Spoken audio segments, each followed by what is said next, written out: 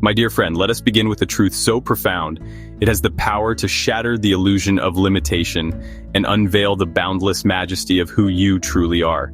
You are not a victim of this world. You are not a prisoner of fate. You are God, dreaming a dream called your life. And now, it is time to awaken, not from the dream itself, but within it, as the dreamer who remembers their divine nature. Let me repeat that. You are not merely in the dream. You are the dreamer. From the earliest days of your childhood, the world trained you to believe that life happens to you, that you are a product of genetics, circumstances, and history, that you are a cog in some vast impersonal machine. But this was a forgetting, a veil drawn across the eyes of the soul.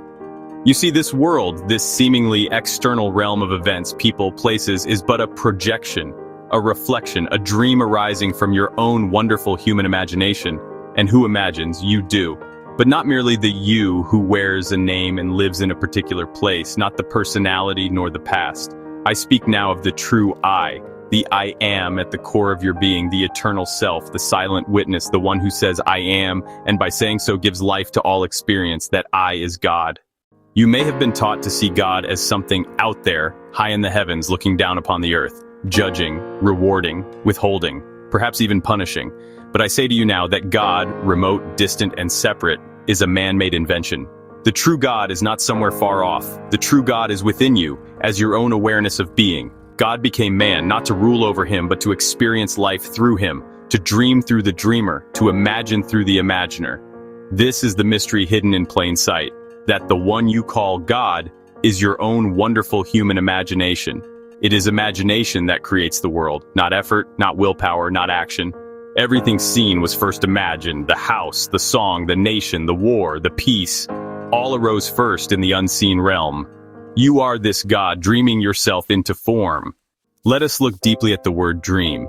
When you lie upon your bed at night and the body sleeps, your mind enters realms not bounded by time or space. You walk, you speak, you experience worlds, and in that moment, they are real.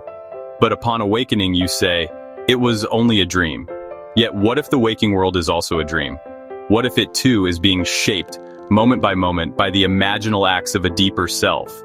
This is not fantasy, this is truth. You are dreaming now, just as vividly as you do when you sleep. Only now the dream has continuity.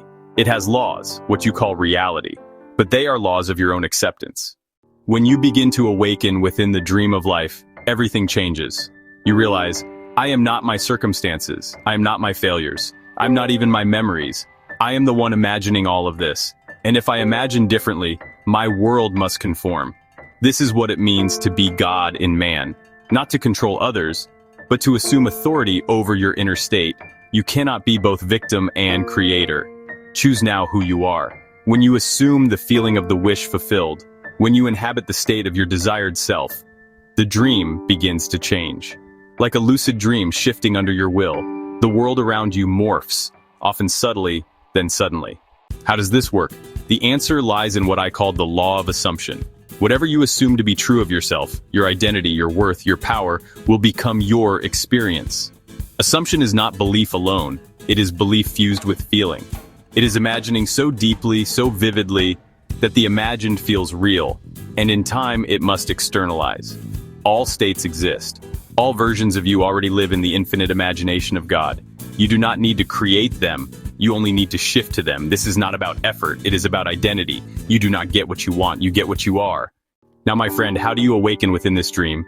You must first recognize that you are dreaming, that every reaction, every fear, every limitation you've accepted was part of the old story. Then you must dare to revise, dare to say, I am no longer this, I am that. Close your eyes, enter the silence. Feel yourself into the new state, the state of already being what you desire. If you would be wealthy, feel the freedom of abundance. If you would be loved, feel the warmth of companionship.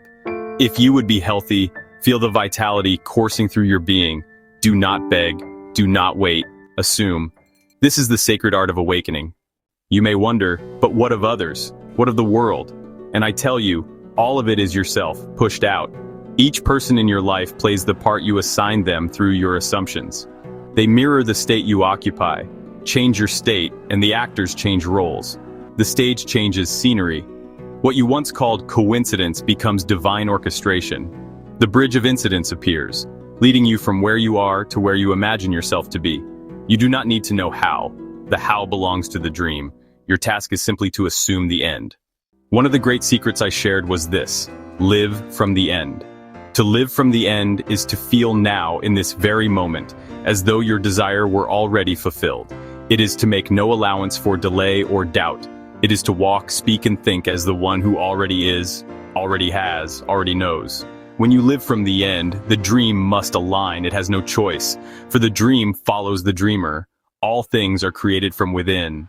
Let us now speak of one of the most powerful tools of awakening: revision. The past, my friend, is not fixed. It lives only in imagination. When you revise the past, when you see it differently with feeling, you change the memory, and thus the trajectory of the dream. If someone hurt you, revise the event in imagination. See them acting with love, not anger.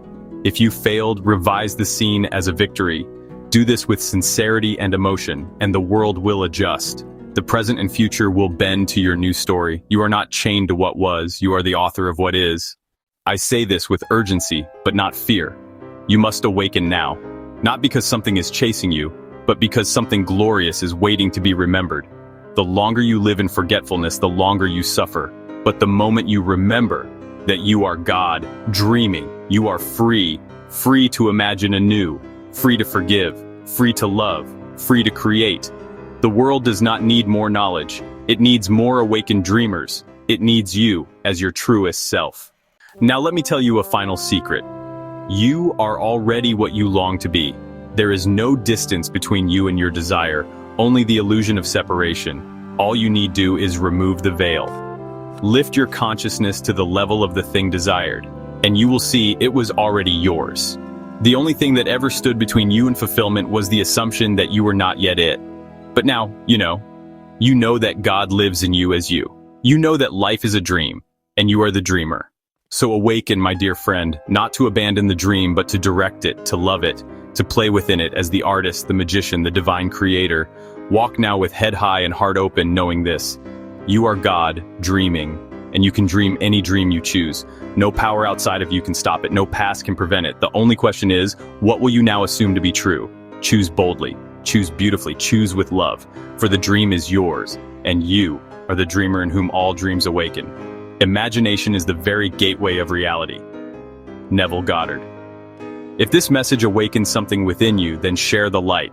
Like this video, subscribe to the channel, and share it with someone who needs to remember who they truly are. The more who awaken, the brighter the dream becomes.